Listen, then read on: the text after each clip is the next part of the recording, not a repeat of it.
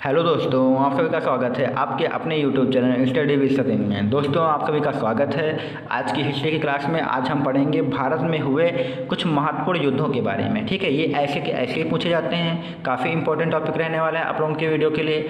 Video को अंत तक देखिएगा और इस टॉपिक को पूरा कवर करने के बाद आप लोगों को इसकी PDF भी डिस्क्रिप्शन बॉक्स में मिल जाएगी। तो आइए स्टार्ट करते हैं और समझते हैं भारत में हुए कुछ महत्वपूर्ण युद्धों के बारे में। ठीक है, तो यहाँ पे सबसे पहले हम यहाँ पे स्टार्ट करते हैं 1191 की घटना से। तो तराइन का जो प्रथम युद्ध है वो 1191 की घटना में हुआ था, ये याद रखना है आपको। मोहम्मद गौरी और पृथ्वीराज चौहान के मध्य लड़ा गया था, ये भी याद रखना है। इस युद्ध में हुआ क्या था, मोहम्मद गौरी इस युद्ध में पराजित हुआ था, यानी पृथ्वीराज चौहान की जीत हुई थी। तो अच्छे से याद रखना है, तराइन का प्रथम युद्ध कब हो जाएगा, 1191, मोहम्मद गौरी और पृथ्वीराज चौहान के बीच में। पृथ्वीराज चौहान इसमें विजयी रहे थे। इसके बाद तराइन का द्वितीय विश्व युद्ध की बात कर लेते हैं। द्वितीय युद्ध की बात कर लेते हैं, विश्व युद्ध नहीं कहेंगे।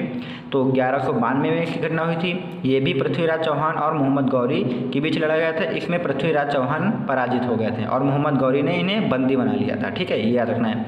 इसके बाद हम यहाँ पे बात कर लेते हैं पानीपत की। तो यहाँ पे हमारा पानीपत का प्रथम युद्ध की बात कर लेते हैं, जो कि 21 अप्रैल 1526 की घटना है।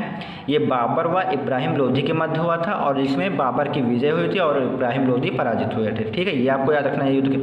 फिर पानीपत का द्वितीय युद्ध की बात कर लेते हैं। तो ये 15 नवंबर 1556 को हुआ था।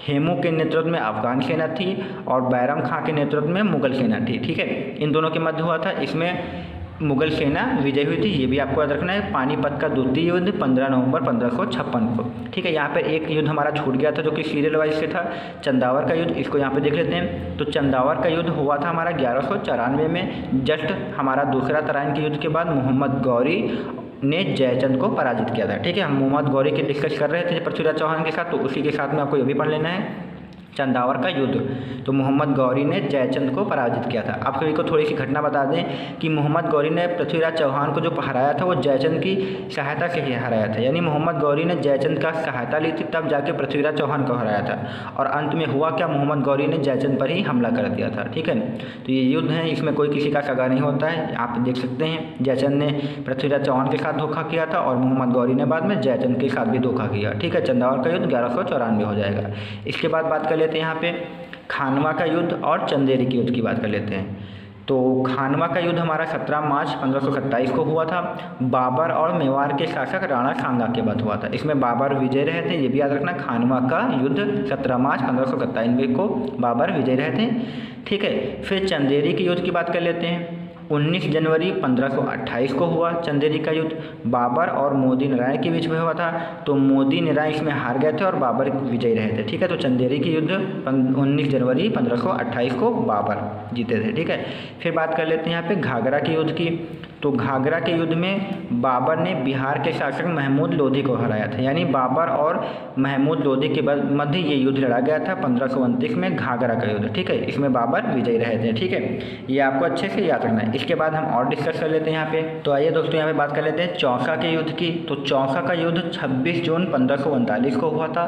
हुमायूं और शेरशाह सूरी को, शेरशाह सूरी को सिकंदर सूरी भी कहते हैं, याद रखना है आपको। हुमायूं और सिकंदर सूरी के मध्य हुआ था। ठीक है, इस युद्ध में शेरशाह विजय हुआ था। ठीक है, शेरशाह या सिकंदर सूरी बात एक ही है। ठीक है, याद रखना है। तो चौसा का युद्ध 26 जून 1539 को हुआ था, हुमायूं और शेरशाह सूरी के मध्य। फिर यहाँ पे बात कर लेते हैं बिलग्राम के युद्ध की। तो बिलग्राम का युद्ध 17 मई 1540 को हुआ था। ये भी शेरशाह सूरी और हुमायूं के मध्य हुआ था। इसमें हुमायूं की हार हुई थी। इस युद्ध के बाद शेरशाह सूरी ने हुमायूं को दिल्ली से खदेड़ दिया था। ठीक है, इसके बाद यहाँ पे सूरी वंश का शासक चलने लगा था, यानी मुगल शासक यहाँ से समाप्त हो चुका था और शेरशाह सूरी का शासक शुरू हो गया था, यानी सूरी वंश यहाँ से स्टार्ट हो गया था बिलग्राम के युद्ध से। ठीक है, इसके बाद यहाँ पे बात कर लेते हैं मच्छीवाड़ा युद्ध की। तो मच्छीवाड़ा का युद्ध 15 मई 1555 को हुमायूं और सिकंदर सूरी यानी शेरशाह सूरी के मध्य हुआ था। इसमें क्या हुआ था, हुमायूं ने सिकंदर सूरी को हरा दिया था और पुनः दिल्ली पर अधिकार कर लिया था। यानी 17 मई 1540 से लेकर 15 मई 1555 के मध्य सूरी वंश दिल्ली में आया था। इसके बाद फिर से यहाँ पे हुमायूं ने मच्छीवाड़ा के युद्ध में सिकंदर सूरी को हरा दिया था। इसके बाद पुनः यहाँ पे मुगल शासन चलने लगा था। ठीक है, ये आपको याद रखना है। फिर यहाँ पे बात कर लेते हैं हल्दी घाटी के युद्ध की। तो यहाँ पे हल्दी घाटी का जो युद्ध है वो 18 जून 1555 को हुआ, अकबर व राणा प्रताप के मध्य हुआ। ठीक है, इसमें अकबर विजयी रहा था। ठीक है, यह भी आपको याद रखना है कि हल्दी घाटी का युद्ध कब हुआ था, 18 जून 1555 को।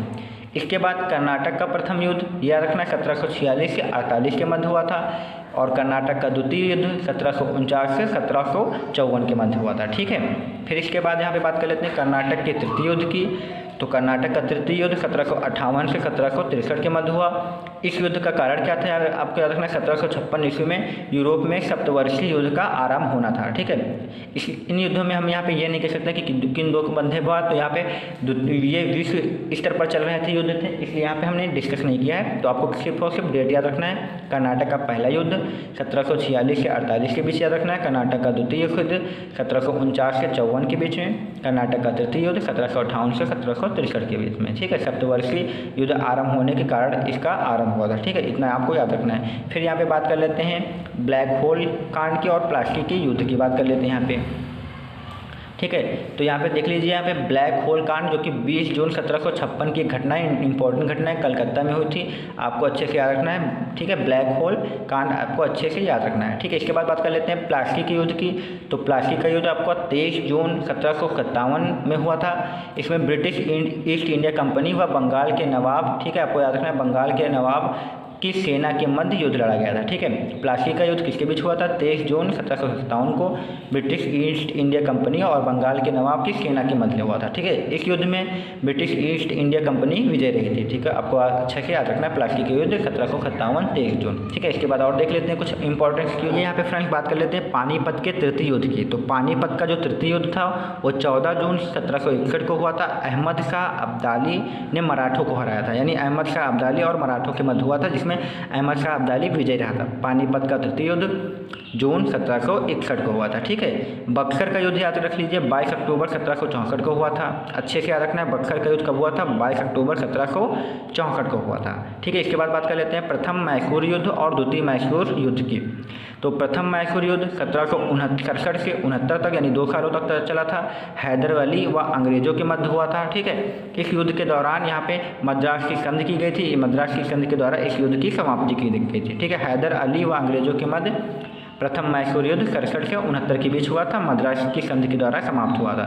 फिर द्वितीय मैसूर युद्ध की बात कर लें तो द्वितीय मैसूर युद्ध 1780 से 84 के मध्य हुआ था। ये भी हैदर अली और वारन हेस्टिंग जो कि अंग्रेजी जनरल थे, आपको याद रखना है, हैदर अली और वारन हेस्टिंग के मध्य की घटना है।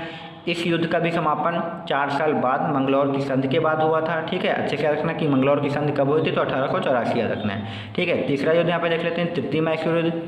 तो तृतीय मैसूर युद्ध हमारा 1790 से 92 के बीच हुआ था, टीपू सुल्तान व कॉर्नवालिस के बीच। ठीक है, टीपू सुल्तान व कॉर्नवालिस के बीच ये हुआ था।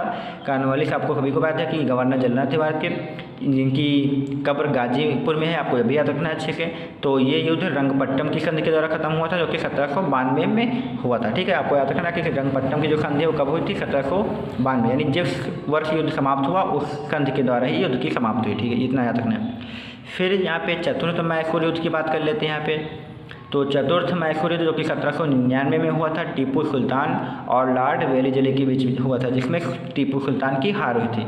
अभी तक जितने युद्ध हुए थे जिसमें संधि के द्वारा युद्ध को समाप्त कर दिया जाता था, यहाँ पे चतुर्थ मैसूर युद्ध में क्या हुआ, टीपू सुल्तान की हार की वजह से कोई संधि नहीं हुई थी और इस प्रकार ये पूरे सारे युद्ध समाप्त हो गए थे। ठीक है, तो आज के वीडियो में हमने जितने भी हमारे इंपॉर्टेंट युद्ध थे उनको अच्छे से डिस्कस किया।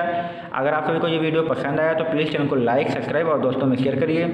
और हाँ, आप सभी को बता दें कि आप लोगों को इसके सारे नोट्स आपको PDF के डिस्क्रिप्शन बॉक्स में फ्री मिल जाएंगे, एकदम फ्री मिल जाएंगे। ठीक है, तो आप लोग वहाँ पे जाकर इसको डाउनलोड कर सकते हैं। ठीक है, तो आज के वीडियो में इतना ही। आगे की क्लास में हम कोई नए टॉपिक के साथ आपके सामने पेश होंगे, तब तक के लिए इतना ही। धन्यवाद।